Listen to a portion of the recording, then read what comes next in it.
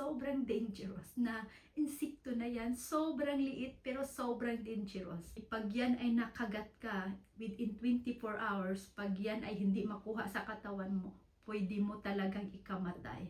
So ito na nga mga pangga, yung antibiotics na binigay sa akin ng doktor ko kahapon kasi nga nagpunta ako dahil nga sa mga symptoms na lumabas sa katawan ko na sobra talagang sakit na kakaiba talaga, at ngayon ko lang talaga naramdaman sa katawan ko na para bang mamamatay na yung katawan ko na hindi naman ako nagka-fever. So yun, at noong doon ako sa doktor, pinapagalitan talaga ako. Pinagalitan ako ng doktor kung bakit daw hindi ako pumunta noong time na naramdaman ko na to. Kasi nagtanong siya sa akin kung kailan to nagsimula. So sinabi ko na nakagat ako ng tick noong July, at itong mga symptoms na naramdaman ko 3 weeks na po ito, at talagang pinagalitan ako ng doktor kung bakit daw hindi ako pumunta ng doktor agad nung time na naramdaman ko itong mga symptoms na ito, kasi ito po ay talagang serious na mga symptoms about sa Lyme disease. Kasi pag ito ay hindi maagapan, pwedeng mapiktuhan yung mga nerves ko sa ulo, yung 7 nga na nerves sa ulo natin, sa utak natin, at yan po ay pwedeng magbara yung lalamunan ko, at yung pagka Bill's palsy, parang magano na, doon po talagang kailangan na pala na nagpa-check up ako agad nung time na napansin ko ito. Pero ako kasi yung tipong tao na inoobserbahan ko muna before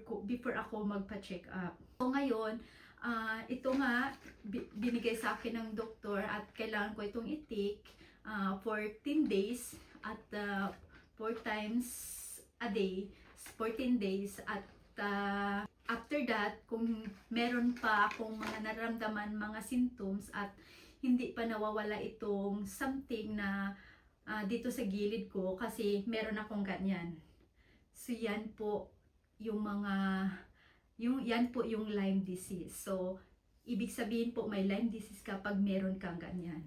So at yung mga symptoms na sinabi ko kahapon, na yung masakit yung ulo, masakit yung dibdib, na masakit yung paghinga, masakit yung likod, mga paa na mamaga, na mamanhid, soap daisy, yun po yung mga symptoms sa Lyme disease. At kung meron ka ng ganyan, tatlong symptoms na yan, kailangan mo talagang magpa-check up para maiwasan yung nerves mo maapektuhan. So ito, pag hindi ito after 10 days, pag hindi pa ito mag-ipik sa akin, or hindi pa nawawala yung mga symptoms at meron pa ito, kailangan kong pumunta sa doktor ko para magpa-injection sa spinal or dito sa likod.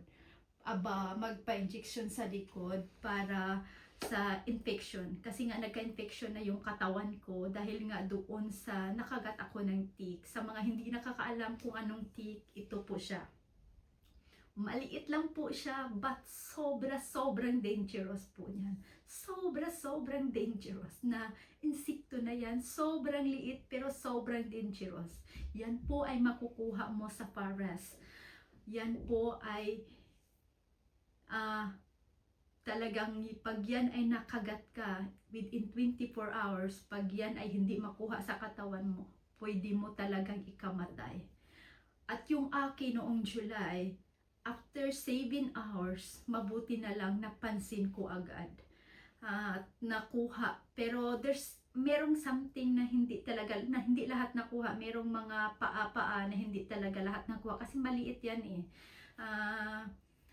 Hindi lahat nakuha, but as soon as hindi siya mag-red, maghubag, kung sa Bisaya pa, wala siya, okay lang siya. But akala ko okay lang lahat. After 3 or 4 weeks, lumabas lahat ng mga symptoms. Yun, nagka-Lyme disease na po ako, kasi dahil doon sa tick na nakakagat sa akin. Sobrang dangerous po talaga yan, insekto na yan. At yan po ay makukuha natin sa forest. Pag ikaw ay mahilig sa hiking, sa forest, sa mga bundok, sa mga matataas na damo or sa mga damo-damo pag mahilig ka, yan po ay makukuha mo. Pwede din makuha yan ng aso at pusa mo pag dinadala nyo sila sa forest or sa mga bundok or sa mga damo-damo, mataas na damo. So, sobrang dangerous po talaga yung insekto na yan. Maliit lang po pero sobrang dangerous.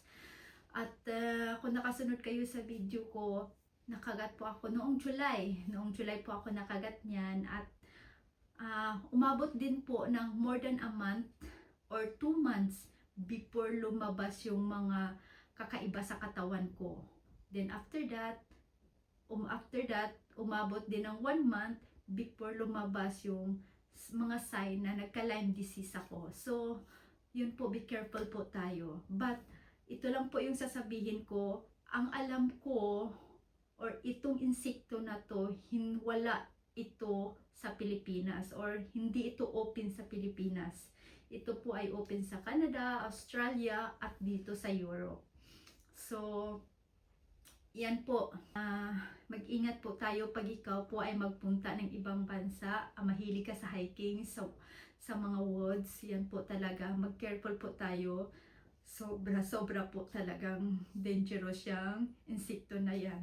Yun lang po at until the next video, may pakita po ako sa inyo about sa report doon sa Pilipinas about sa tea kasi mas maintindihan nyo din doon talaga kasi nandoon lahat yung mga symptoms, sinulat at kung saan ito makukuha at kung anong dapat yung gagawin mo.